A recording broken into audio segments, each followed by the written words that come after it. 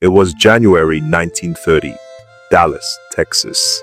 Bonnie Parker was 19, a waitress with dreams bigger than her small-town life.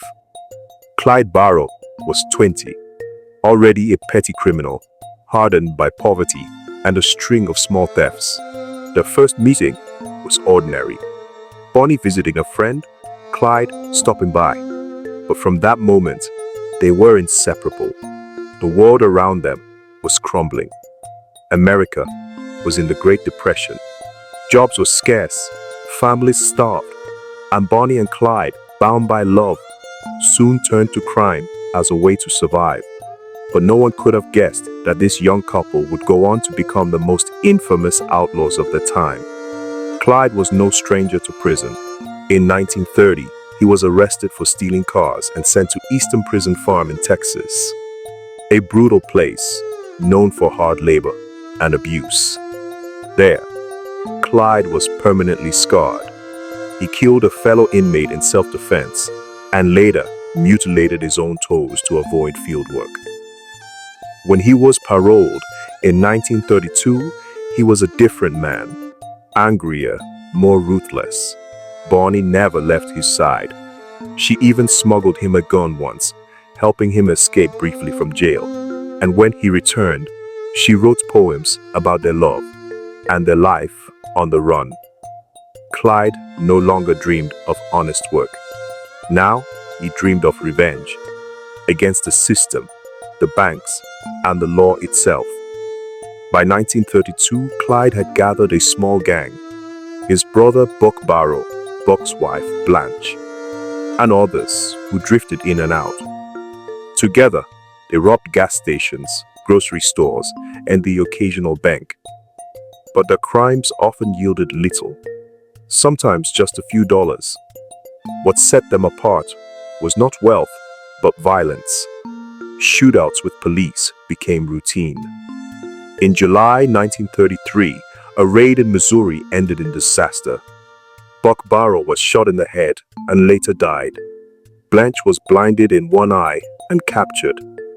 The newspapers painted Bonnie and Clyde as glamorous bandits, young lovers thumbing their noses at authority.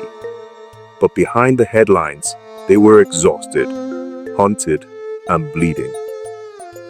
The press turned Bonnie and Clyde into legends. Photographs of Bonnie posing with cigars and pistols spread across America. To some, they were rebels, symbols of defiance during hard times. But to law enforcement, they were a national threat. By early 1934, their killings had piled up.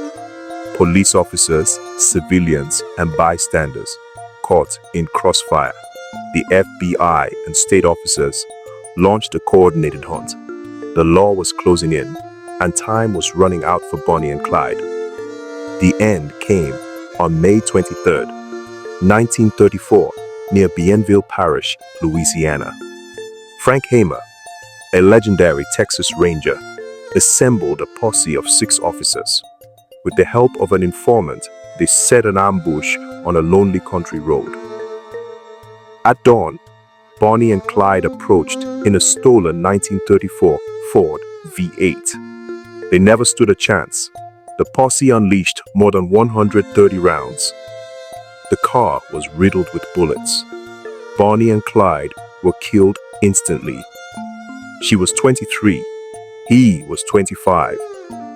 Their reign of terror ended in seconds. But their legend had only just begun. The bodies of Bonnie and Clyde were put on public display. Thousands came to see them. Some wept, others cheered. In death, they became larger than life. Songs, films, and stories would immortalize them, not as criminals, but as tragic lovers. The truth was darker. They killed, they stole, and they left families grieving. But their story endures because it is more than crime. It is about love, rebellion, and the high price of freedom.